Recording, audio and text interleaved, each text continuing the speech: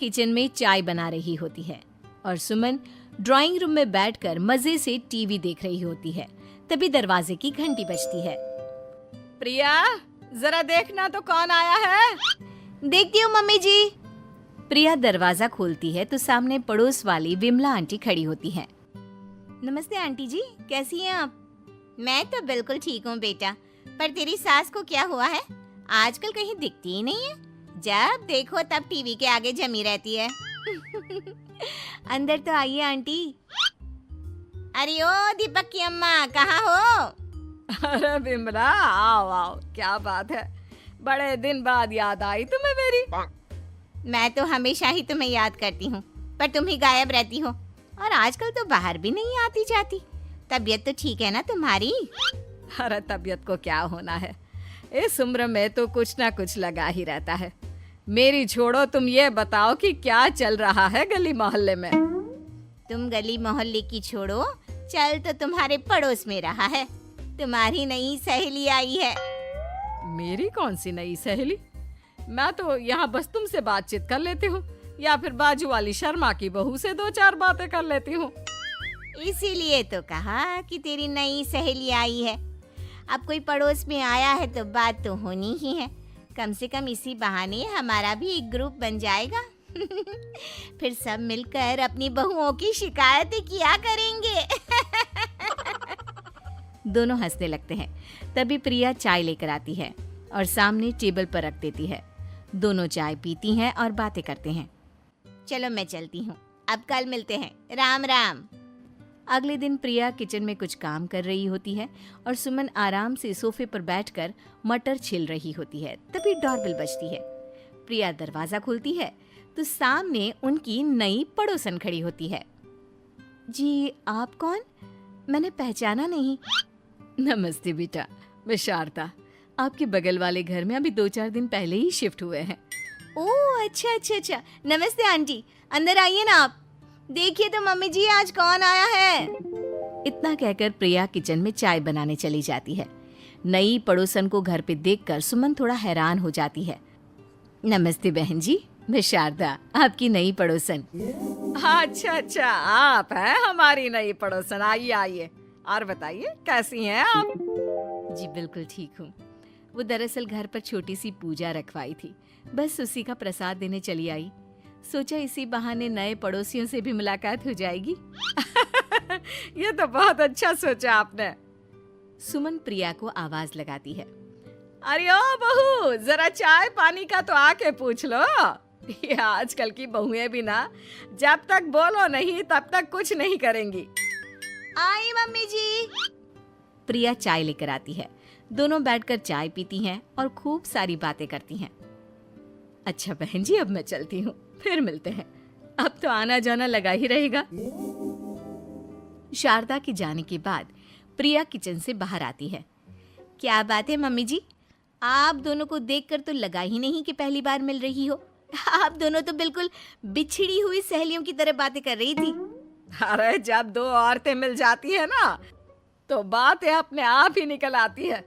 अब तू अपने काम पर ध्यान दे, बातों पे नहीं। ऐसे ही कुछ दिन बीत जाते हैं।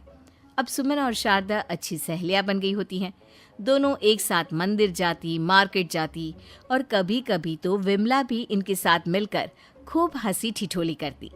एक शाम तीनों बैठकर सुमन के घर पर चाय पी रही होती हैं कि तभी बहुत तेज बारिश शुरू हो जाती है। सुमन जोर से प्रिया को आवाज लगाती है। प्रिया, ओ प्रिया, देख कितनी तेज बारिश हो रही है। जाके छत से सारे कपड़े ले आ, नहीं तो सब भीग जाएंगे। सुमन 2 बार आवाज लगाती है लेकिन प्रिया का कोई जवाब नहीं आता। शायद प्रिया कुछ काम कर रही है, इसीलिए कुछ जवाब नहीं दे रही। अरे काहे का काम, आराम फरमा रही होगी महारानी। तभी प्रिया बीमार हालत में अपने कमरे से बाहर निकलती है। हाँ मम्मी जी, क्या हुआ? मेरी तबीयत थोड़ी ठीक नहीं है ना, इसलिए आग लग गई। अरे सारे कपड़े भीग गए और तुझे सोने से फुर्सत नहीं है। सबके सामने सुमन के मुंह से ऐसी बातें सुनकर प्रिया उदास हो जाती है और छत से कपड़े उतारने चली जाती है। सुमन, ये क्या बात हुई? प्रिया ने बताया ना कि उसकी तबीयत ठीक नहीं। इसलिए उसकी आंख लग गई। तुम भी ना खामखा उसे सबके सामने सुना दिया। अरे आप नहीं जानती शारदा जी, कुछ बहुएं ना बहुत आलसी होती है, घर का एक काम नहीं करना चाहती। ऐसा नहीं है सुमन, तुम्हारी बहू तो बहुत प्यारी है, तुम्हारी सारी बात भी तो मानती है। हाँ सुमन, तुम प्रिया के बारे में ऐसा क्यों सोचती हो? मेरी भी दो दो बहुएं हैं, लेकिन मैं उन्हें अपनी बेटियों की तरह रखती हूँ। आखिर वो भी तो किसी की बेटियां ही है ना। और अगर तुम ऐसा ही व्यवहार करोगी तो एक दिन प्रिया भी तुम्हारे साथ ऐसा ही बर्ताव करेगी। शारदा और विमला की बातें सुनकर सुमन की तो बोलती बंद हो जाती है। वहीं प्रिया भी बाहर से सारी बातें सुन रही होती है।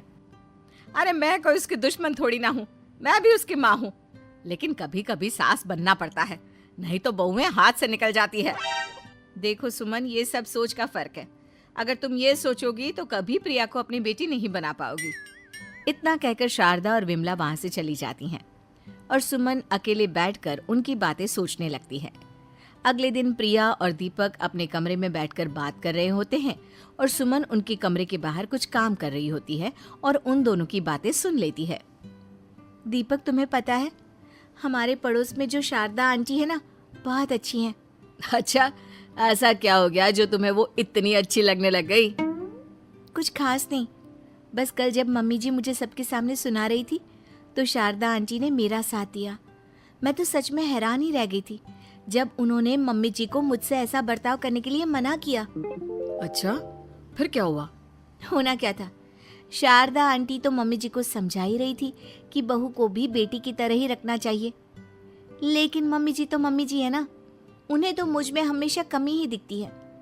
काश मुझे भी शारदा आंटी जैसी सास मिली होती जो मुझे भी अपनी बेटी जैसी समझती। सुमन ये सब सुनकर बहुत उदास हो जाती है और वहां से चली जाती है। प्रिया की बातें सुमन के कानों में बार बार गूंज रही थी। उसे बहुत शर्मिंदगी महसूस हो रही थी कि उसने प्रिया के साथ बहुत गलत किया है। अगले दिन सुमन शारदा और विमला को बुलाती है। क्या बात है सुमन, आज तूने ऐसे अचानक क्यों बुलाया? सब ठीक तो है ना? हाँ हाँ, सब ठीक है, तुम दोनों बैठो तो सही। तब तक दीपक और उसके पापा भी आ जाते हैं। प्रिया, तुम भी आ जाओ। क्या हुआ मम्मी जी, आपने बुलाया? हाँ प्रिया बेटा, मैं आज सबके सामने तुमसे माफी मांगना चाहती हूँ। मैंने आज तक तुम्हारे साथ बहुत बुरा व्यवहार किया है, लेकिन तुमने कभी भी मेरे साथ बुरा बर्ताव नहीं किया। मुझे अपनी गलती का एहसास हो गया है, हो सके तो मुझे माफ कर देना। प्रिया अपनी सास की बातें सुनकर हैरान हो जाती है। उसकी आंखों में आंसू आ जाते हैं। प्लीज मम्मी जी, आप मुझसे माफी मत मांगिए, मैं भी आपकी बेटी ही हूँ। वैसे एक थैंक यू तो मेरी नई सहेली को भी बनता है, जिसकी वजह से मुझे मेरी गलती का एहसास हुआ। शारदा बहन, आपका बहुत बहुत शुक्रिया जो आपने मेरी आंखें खोल दी। अरे क्या सुमन, तुम भी ना। तो फिर इसी बात पर चाय और पकोड़े हो जाए। हाँ हाँ, क्यों नहीं।